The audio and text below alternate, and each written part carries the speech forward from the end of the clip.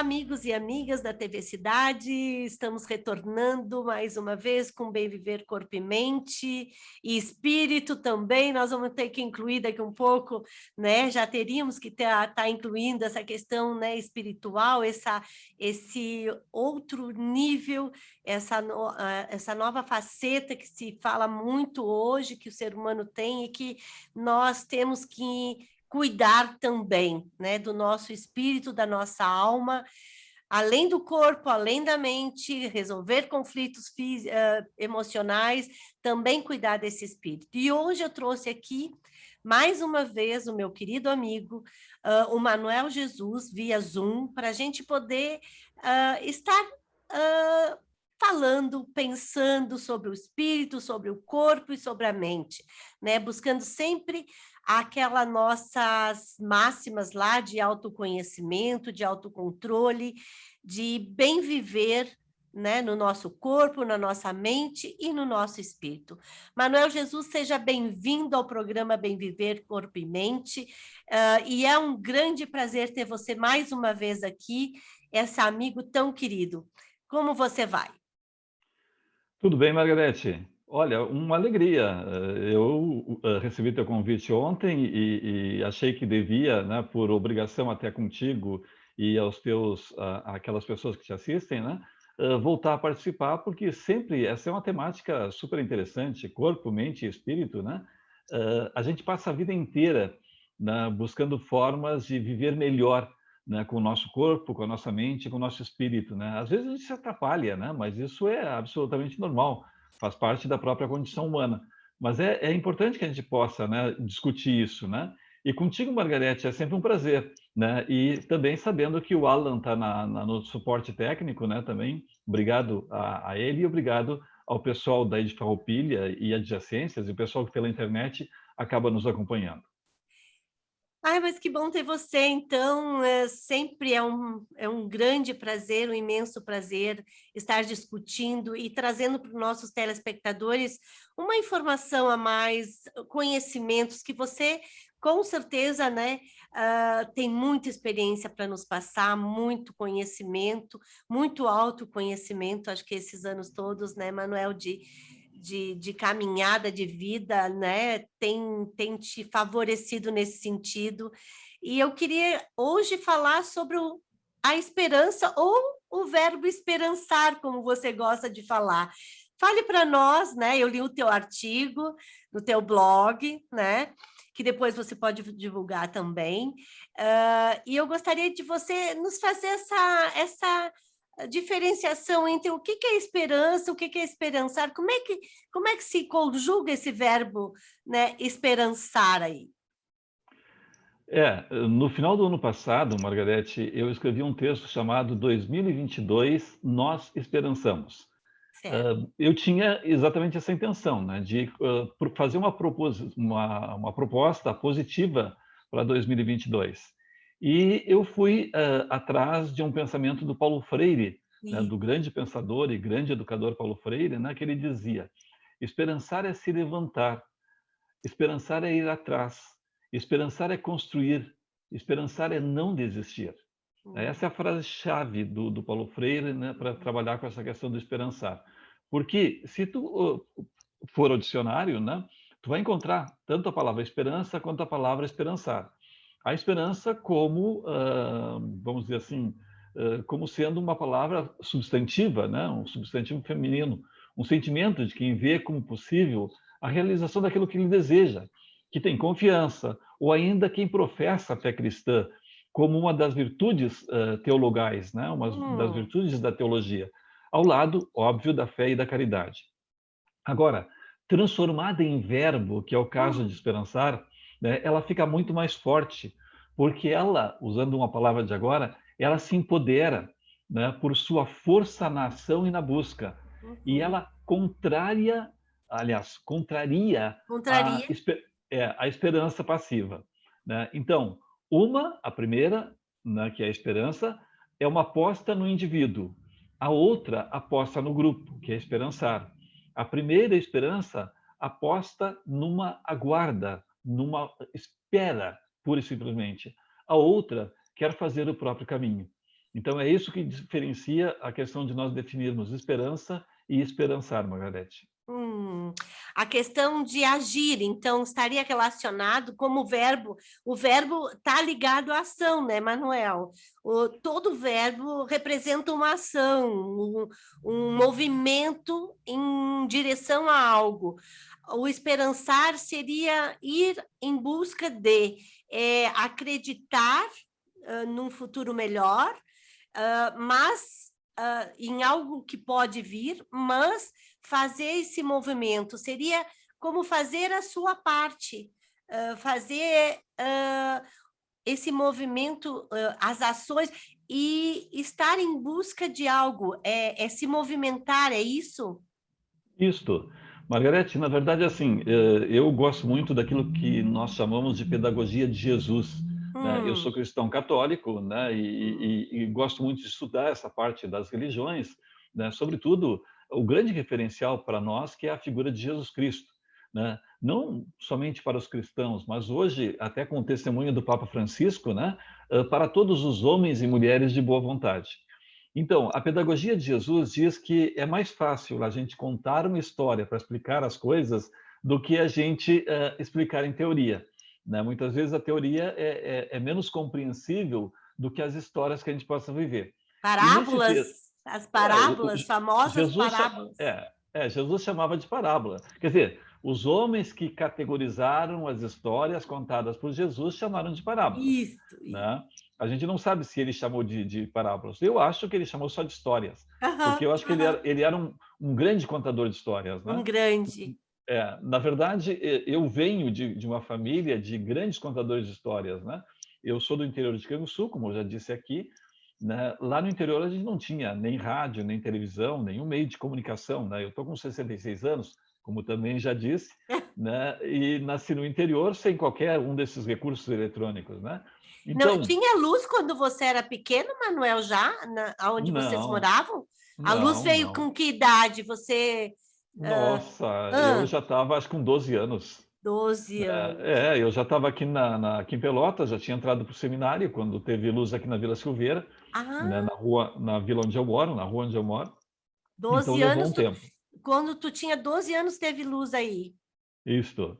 Uhum. Tá. E aí eu tinha nos contadores de história, que era a mãe e o pai, né, as minhas referências. Tá? Ótimo. E isso era comum no passado, né? As pessoas sentarem em uma roda para contarem histórias. Então, normalmente, as histórias dos homens eram mais picantes, no sentido de que eram histórias mais violentas, tinham histórias assim, mais com fantasma, com lobisomem, com essas coisas todas, né?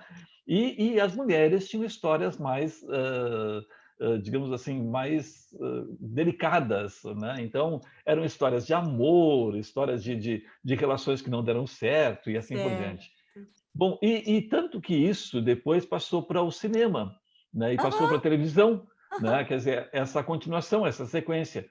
Mas antes de passar para o cinema e antes de passar para a televisão, a gente tinha nas vilas, né, a radionovela, que eram as novelas que a gente acompanhava pelo rádio, né, Perfeito. em determinados horários do dia.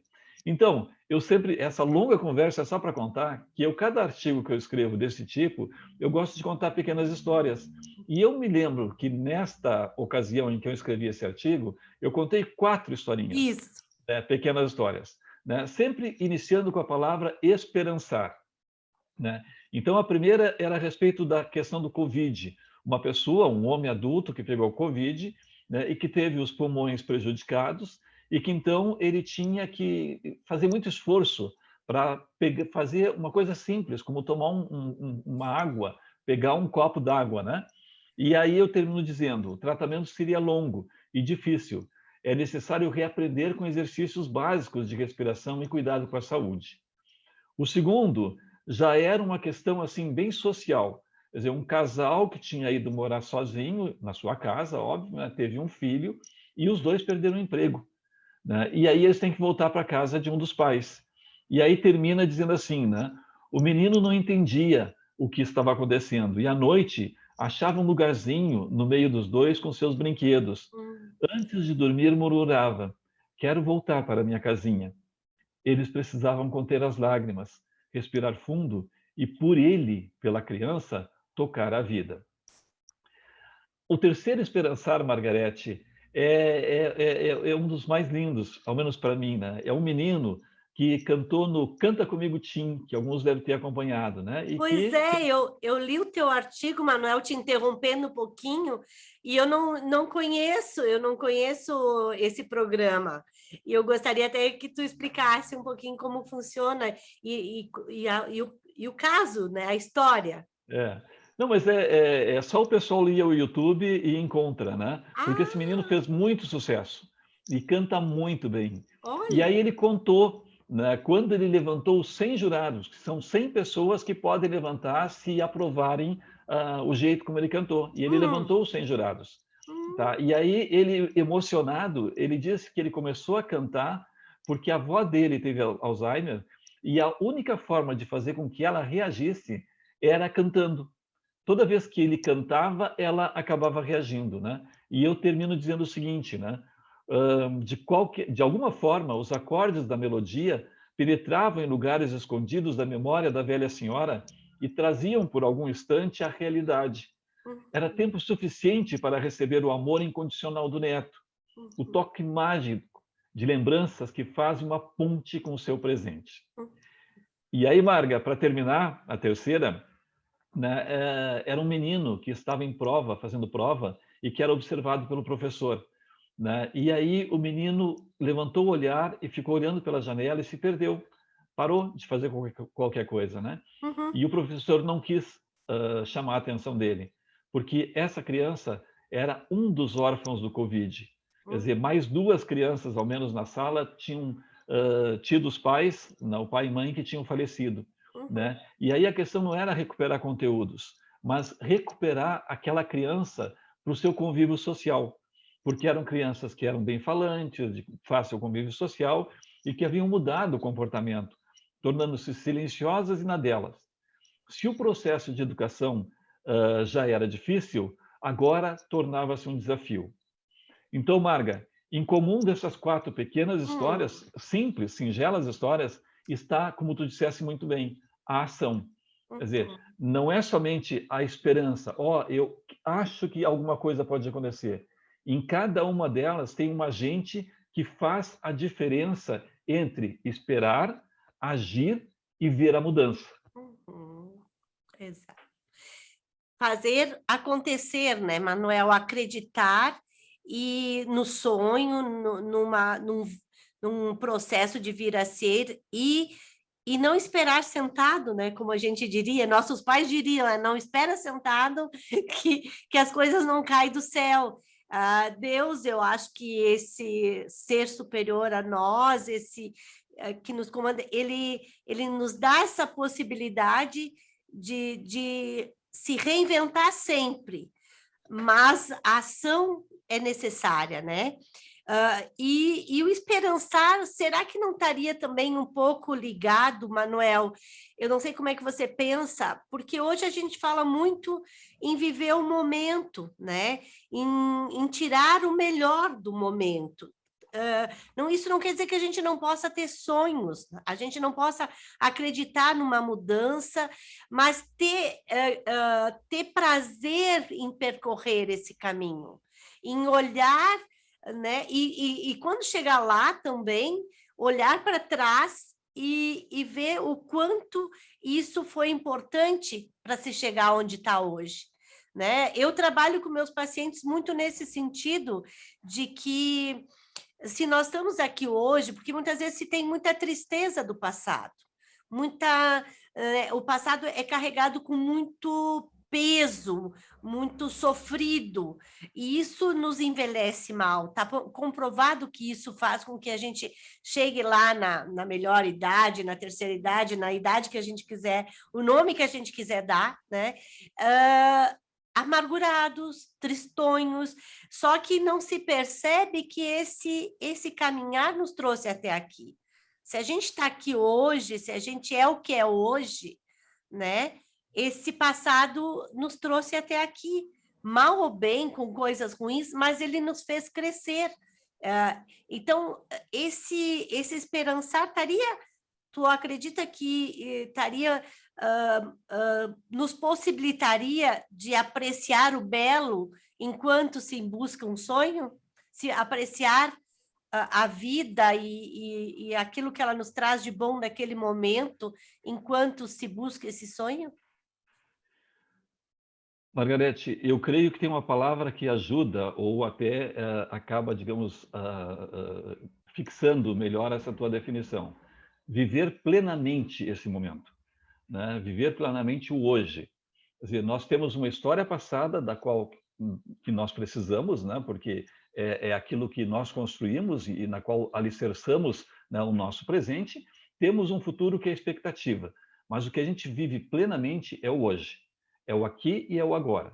Quer dizer, eu dou pleno valor àquilo que eu estou fazendo agora contigo, né, Isso. e com o Alan, né, porque é esse o momento mais importante agora. Né? Eu tenho Toda a tua outras coisas. vida, no caso, né? Eu tenho outras coisas importantes que eu vou fazer de agora em diante, mas não estão neste momento para serem feitos. Isso. Então, hoje, quando a gente pensa assim nas questões de relações sociais, especialmente, né, nós temos que pensar exatamente isso. Né? Olha, esse momento que eu vivo, bom, eu vou daqui a pouco buscar pão na padaria, quer dizer, valorizar plenamente esse momento, porque esse momento que eu vou sair da minha casa para ir até uma padaria, para ir até um mercadinho, para ir até o açougue, seja lá onde for, é um momento de plena interação social. É um momento que eu saio do meu claustro, digamos assim, do meu lugar de referência, que é a minha casa, né? E vou me relacionar com as pessoas, com os vizinhos, com aquelas pessoas que são conhecidas, com os atendentes do mercadinho, né? Que normalmente o mercadinho não é supermercado, é um lugar onde a gente tem relações pessoais até com as pessoas, né? Pode falar de futebol, pode perguntar como é que está o tempo, pode perguntar pela mãe do fulano, que possivelmente, né, tenha estado internado, alguma coisa desse gênero. Quer dizer, aquele momento vai ser o momento de eu fazer a vida plena. Né? Então, é exatamente isso. Quer dizer, todos os momentos vividos naquele momento devem ser vividos plenamente. E essa questão de viver plenamente é que nos faz, né, colocar a vida na real perspectiva. Quer dizer, esperançar não é uma questão de eu acho que vai acontecer, mas eu faço acontecer a partir das coisas que eu faço agora. Agora. Eu tenho uma experiência, né, Margarete, e tu sabe muito bem, já contei aqui, na vida que eu tive com os meus pais. Quer dizer, a mãe morreu faz 3 anos, o pai morreu faz 10 anos, né? E eu Ela cuidei teve deles. só te interrompendo, ela teve uma vida longa, né, Manuel? A mãe viveu 93 anos e o pai 85. Né? A mãe estaria fazendo agora 87 anos. Né? Já estamos indo praticamente para 4 anos. E eu acho que o importante foi exatamente isso. Quer dizer, quando a gente pensa assim, não, mas peraí, eu tenho na minha perspectiva, eu não tenho a vida na perspectiva, eu estou com 66 anos, eu já vivi bastante, né? E eu tenho menos tempo para viver a partir de agora. Bom, eu tenho a morte na minha perspectiva. Oh, que horror, né? Essa é uma coisa que a gente não deve falar, Eu né? também, Não, eu também. né? Não, deve-se falar sim, né? E, Porque tu tem que colocar a morte na perspectiva de vida. Um dia ela vai acontecer. Na verdade, absolutamente, desde que tu nasceu, a única coisa certa que vai acontecer na tua vida é a morte. Manuel, e isso deveria nos remeter a dar importância a cada momento, não? Porque a vida ela é muito efêmera. Nós daqui um pouco estamos aqui, já não estamos mais. Mas viver intensamente por esse motivo, quando tu tem a perspectiva da morte, tu não acha que o ser humano viveria melhor? Com certeza, Marga, porque todas as nossas ambições são no sentido de que a gente constrói um castelo, se encastela, né, para a gente usufruir melhor de todas as coisas possíveis e imagináveis que o dinheiro possa nos dar. Tá bem? Eu acho que a gente precisa de dinheiro, eu acho que a gente precisa de um lugar de referência, aquele lugar da onde a gente parte para fazer as outras coisas, né? Com certeza a gente precisa da nossa casa, do nosso cantinho, né? Muitas vezes é o espaço onde a gente recarrega energias para poder, né, viver melhor. Né? Eu acho que não tem nenhuma pessoa que não precise, né? Eu acho que já falei dessa frase na outra ocasião, né? De um espaço de silêncio, né? Do seu recanto de silêncio, né? Que é aquele lugar em casa. Ah, não, mas eu tenho 3 filhos, né? E não consigo parar. Digo, bom, os teus filhos em algum momento vão para a escola, ou os teus filhos já em algum momento vão trabalhar, né? Então, para um pouquinho, né? Senta na sala, bota uma música que tu goste, né? Olha, se tu gosta de ler, lê um pouquinho, nem que seja 10 minutos, 15 minutos, né? Faz o teu momento de introspecção. Às Saco vezes vazio, Margarete. um foninho de ouvido ajuda também, né? E muito, Margarete, e Para se muito. isolar do barulho, né? Com certeza. Quer dizer, a gente fica pensando o seguinte, como é que se constrói a individualidade? Ou melhor, como é que a gente destrói a individualidade? Né? Porque ninguém existe se não construir a própria individualidade. Quer dizer, essa questão da minha identidade, que é a minha individualidade, ela é fundamental, né? Porque é ela que vai me dar até a minha noção de que eu estou saudável, né? De olha, não, eu estou cuidando da minha cabeça, eu estou cuidando do meu jeito de ser, das minhas relações, né? Eu preciso das outras pessoas, mas eu também preciso me cuidar, né? Eu O preciso ter um espaço para mim. autocuidado. O autocuidado, o autocuidado. Perfeito, Manuel. Porque as pessoas pensam muito em cuidar do outro, né? E a nossa tendência é sempre se preocupar com o outro, com o que o outro pensa, com o que o outro precisa, se o outro vai gostar de mim ou não. E a gente esquece de ter esse olhar interno, esse autocuidado que a gente estava falando, de gostar de si mesmo, de valorizar muito mais as suas qualidades e relevar as suas, eu gosto de dizer limitações, eu não gosto de dizer defeitos, Manuel, eu prefiro dizer limitação, a gente é limitado, a gente está aqui em contínua evolução, estaremos sempre vendo coisas que poderíamos estar mudando e que poderíamos fazer diferente, enfim. E eu acho que é muito importante esse olhar carinhoso com a gente mesmo, e que muitas vezes a gente não tem, que a gente só olha para o outro, está sempre olhando para fora. Tu acha que a gente pode ser um pouco egoísta nesse sentido, Manuel? Não, eu não classificaria assim. Eu também não gosto dessa palavra, né? Eu também. A palavra egoísmo, ou a situação de viver egoisticamente, para mim não é defeito, é doença. Né? É uma doença, é uma degeneração do jeito da gente viver. Né? Então, não me serve, né, essa palavra. Né? Por quê? Bom, na medida em que tu te proponha realmente, né, a organizar a tua cabeça, organizar a tua relação com o teu próprio corpo, né, e aí corpo e mente, né, quer dizer, né, que é o que tu trabalha, né, sempre no programa, quer dizer, na medida em que tu te dá conta de que tu precisa organizar essas duas questões, e eu diria que tem uma terceira, que é a questão espiritual, eu acho que ninguém vive, não estou falando aqui, como já disse no outro programa, não estou falando aqui a respeito de religião, estou falando Perfeito. aqui da questão espiritual, da questão de que todos nós, de alguma forma, precisamos da questão espiritual. Né? O que tu entende por espiritual, isso é outra discussão. Né? A Margarete, antes da gente entrar no ar, ela me provocava dizendo assim, então a gente pode falar sobre o texto, sobre esperançar e mais, né, as coisas que a gente achar interessante. Eu digo, olha, Margarete, só o esperançar dá todo um programa. Né?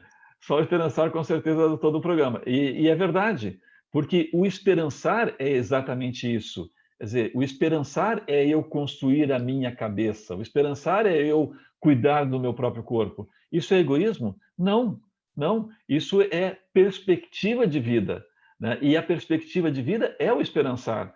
Né? Porque é o jeito assim, olha, eu só vou poder cuidar do outro, né? Do marido, da esposa, dos filhos, dos pais, se eu cuidar de mim mesmo. Eu acho que uma das coisas mais tristes, Margareth, que a gente encontra quando a gente encontra pessoas cuidadoras, né, de pessoas idosas especialmente, ou de pessoas doentes já em estado avançado, é que ninguém lida ou liga para o cuidador. Né, que são pessoas que muitas vezes adoecem, né, porque não foram capazes de se cuidar antes de cuidar do outro. Exato. Né? Então, o cuidar do outro se transforma num inferno. Quer dizer, né, é literalmente, né, entrar no fogo do inferno, né, porque diz assim, pá, por que caiu para mim isso? Por que eu tive que cuidar do meu pai? Por que eu tive que cuidar da minha mãe? Por que eu tive que cuidar do meu sogro, da minha sogra e assim por diante, né? Então, aí sim, aí não tem jeito. Então, é só uma questão de perspectiva, né? Eu antes, para poder fazer alguma coisa no sentido de esperançar, eu tenho que cuidar do corpo, eu tenho que cuidar da mente e eu tenho que cuidar do espírito. Exato. Eu lembro que ainda acho que lá pelos meados de 2008, ou até antes, 2005, talvez num congresso nacional das APAES que a gente participou na Paraíba, em João Pessoa, eu escolhi o curso, né? Tu tinha que escolher alguns cursos e eu escolhi um cuidando do cuidador, né? Eu lembro muito bem que foi assim, ó, o que valeu o congresso foi o meu curso, né? Eu lembro que eu amei, a professora trouxe uma perspectiva muito dentro dessa linha, da gente se cuidar, porque ninguém cuida de ninguém se não estiver bem.